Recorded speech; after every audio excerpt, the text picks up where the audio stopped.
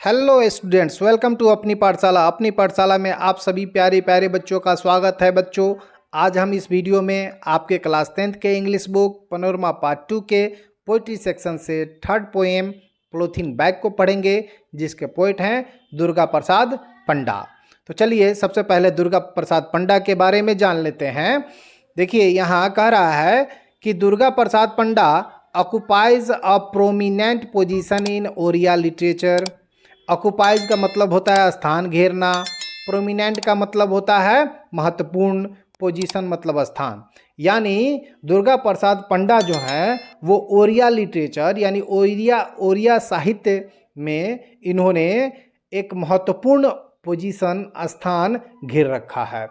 Primarily अ linguist, primarily का मतलब होता है प्रमुख रूप से, लिंग्विस्ट का मतलब होता है भाषाविद। तो मुख्य रूप से एक भाषाविद हैं।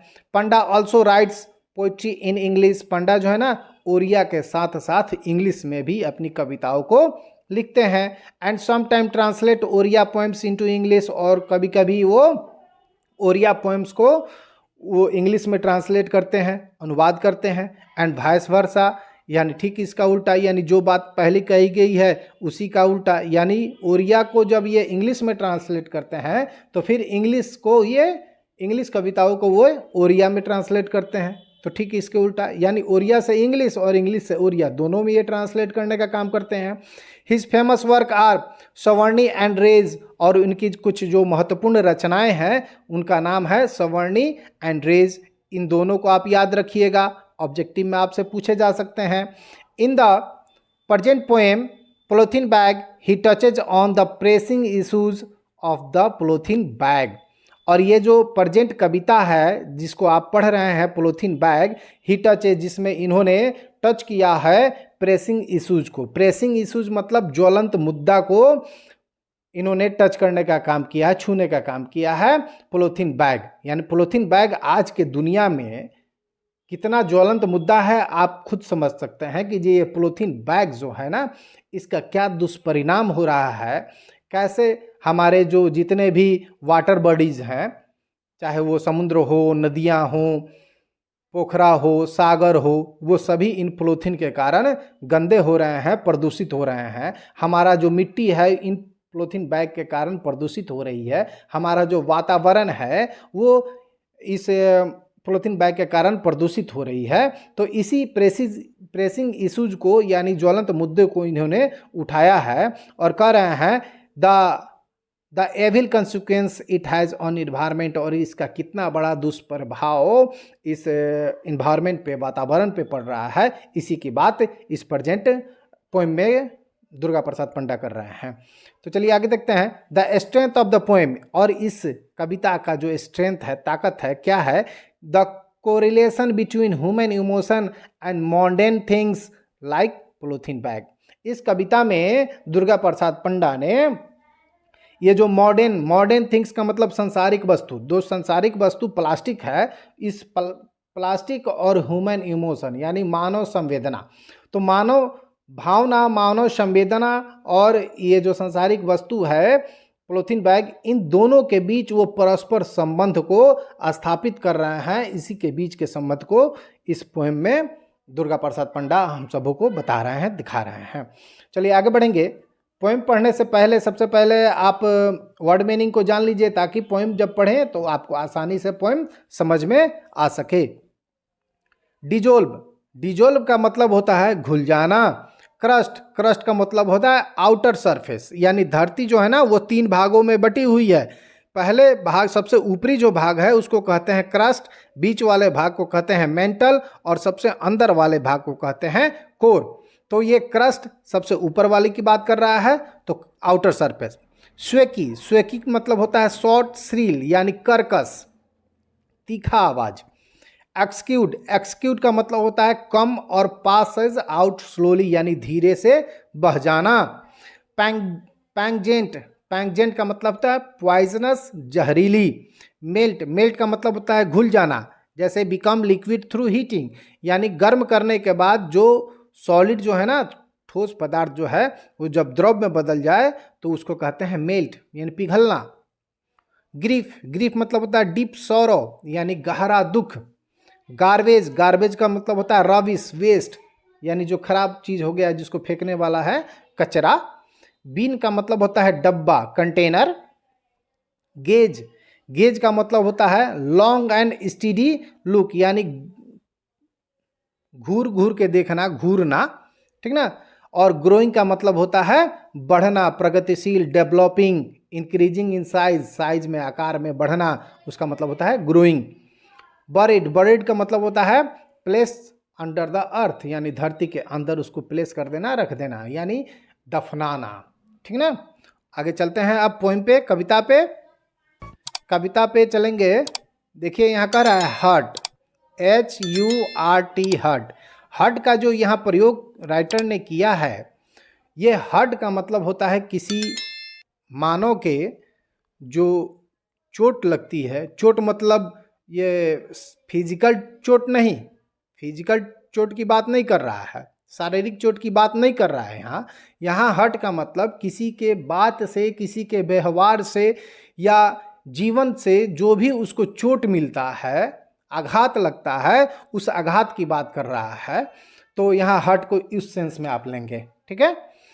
तो hurt is a such a strange polythene bag which never get dissolve into the earth crust. कह रहे हैं कि जी ये जो पोलोथीन बैग है वो अर्थ के क्रस्ट में, अर्थ का जो ऊपरी सतह है उस ऊपरी सतह में कभी भी डिजोल्व नहीं होता, कभी भी पिघलता नहीं है, खत्म नहीं होता है, ठीक है, कभी भी पिघलता नहीं है। या ठीक उसी प्रकार होता है कि जैसे मानव की जो संवेदना है, जो हार्ट है, जो उसको आघात लगा हुआ है, वो आघात वो अपने दिल में संजोए रखता है, कभी भी वो खत्म नहीं होता है।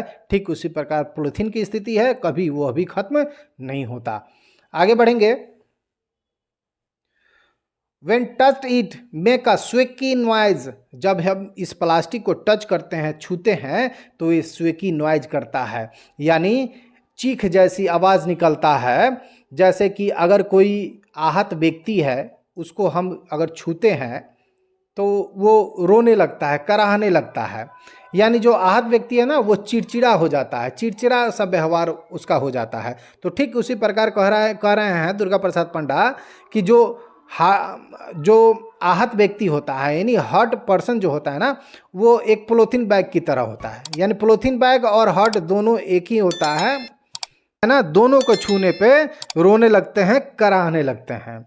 When burnt it exudes a pungent smell, जब इसको हम जलाते हैं तो एक तीखी जहरीली स्मेल, दुर्गंध इससे आती है। वो कैसे कि जैसे एक हर्ट जो पर्सन होता है, जो आहत व्यक्ति होता है, वो भी बड़ा ही गुस्से से भरा होता है, गुस्से से भरा होता है। उस हर्ट व्यक्ति को अगर हम गुस्सा दिलाना चाहें, यानी अगर उसको थोड़ा सा भी अगर वेक्स करते हैं तो वो गुस्सा हो जाता है और अभद्र भाषा का व्यवहार करने लगता है, ऐसा मानो कि जो वो जलने लगता है, ठीक ना। तो ठीक उसी प्रकार जैसा वो व्यक्ति जलता है, उसी तरह जब पॉलीथीन बैग को हम जलाते हैं तो जलने से उसके एक तीखी दुर्गंध, जहरीली दुर्गंध आती है। व्हेन लेफ्ट इट इटसेल्फ, जब इसको हम अपने आप अकेला छोड़ देते हैं, इट पॉल्यूट द इन्वायरमेंट, तो ये पूरे वातावरण को प्रदूषित कर देता है। चाहे वो मिट्टी हो, चाहे पानी हो, चाहे हवा हो, सबको वो प्रदूषित कर देता है।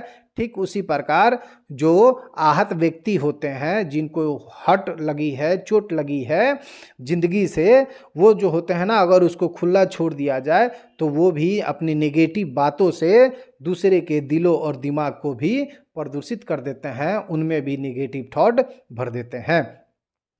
आगे बढ़ेंगे। Just like a polythene bag, it hard to melt down with a little touch of warmth.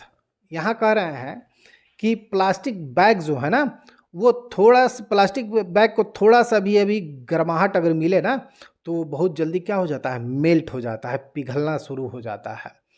उसी प्रकार जैसे अगर कोई हर्ट पर्सन है, आहत व्यक्ति है, अगर उसको थोड़ा सा भी फीलिंग्स ऑफ लव यानी प्यार की अगर थोड़ा सा भी अनुभूति होती है तो वो भी पिघलने लगता है। पिघलने का मतलब उसका व्यवहार थोड़ा अच्छा होने लगता है। आगे बढ़ेंगे। But deep inside the grief garbage bin far away from every one gaze the germs of disease keep on growing. कहते हैं कि जब इस प्लास्टिक को जब हम डस्टबिन में डाल फेंक देते हैं, कचरा में फेंक देते हैं, तो सभी लोगों के दृष्टि से दूर उस प्लास्टिक के बैग से, उस गार्बेज से, उस डस्टबिन से क्या होता है कि जर्म्स जो होते हैं ना, जो रोगाणु होते हैं, वो रोगाणु पैदा होने लगते हैं और पैदा होने के साथ ही वो बीमारियां लाते हैं और हम सबको बीमार करने लगते हैं। कीप ग्रोइंग, उसी में क्या होने लगते हैं, बढ़ने लगते हैं। तो वही कहता है कि जैसे इस प्लास्टिक को हम डस्टबिन में डाल देते हैं और उसी डस्टबिन में छोड़ देने के बाद उसमें रोगाणु पैदा होने लगते हैं, उसी में रोग बढ़ने लगते हैं। उसी तरह अगर कोई व्यक्ति है, अगर उसको छोड़ दिया जाए ना, इसी तरह उसको छोड़ दिया जाए, डस्टबिन में डाल दिया जाए, तो पूरे इन्वायरमेंट को क्या करने लगेगा, उसमें रोग पैदा होने लगेगा और धीरे धीरे सभी लोगों को वो रोग फैलाने लगेगा। चलिए आगे बढ़ेंगे।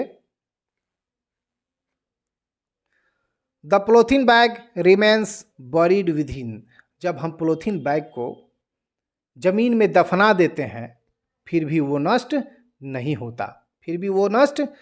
होता, ठीक उसी तरह जैसे एक हर्ट पर्सन को, आहत व्यक्ति के संभावनाओं, जो संवेदना है, फीलिंग्स हैं, भावना है, उसको अगर दबा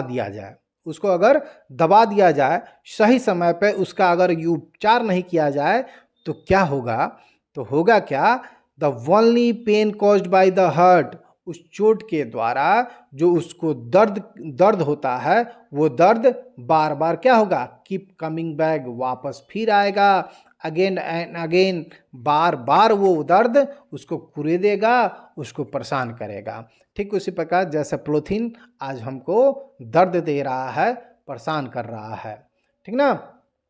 तो ये जो पॉलीथीन बैग है आपके लिए कितना नुकसानदेह है आप भली भांति जानते हैं। तो मैं ये चाहूँगा कि जैसे भारत सरकार ने पूरे भारत में प्लास्टिक को बैन कर दिया है, तो भारत सरकार के नियमों का हम पालन करें और हम भी अपने स्वास्थ्य के प्रति, अपने इन्वायरमेंट के प्रति जागरूक हो और पॉलीथीन बैग का प्रयोग हम बिल्कुल बंद करें। चलिए फिर मिलेंगे अगले वीडियो के साथ, इसके क्वेश्चन आंसर के साथ। तब तक के लिए जय हिंद, जय भारत, जय बिहार।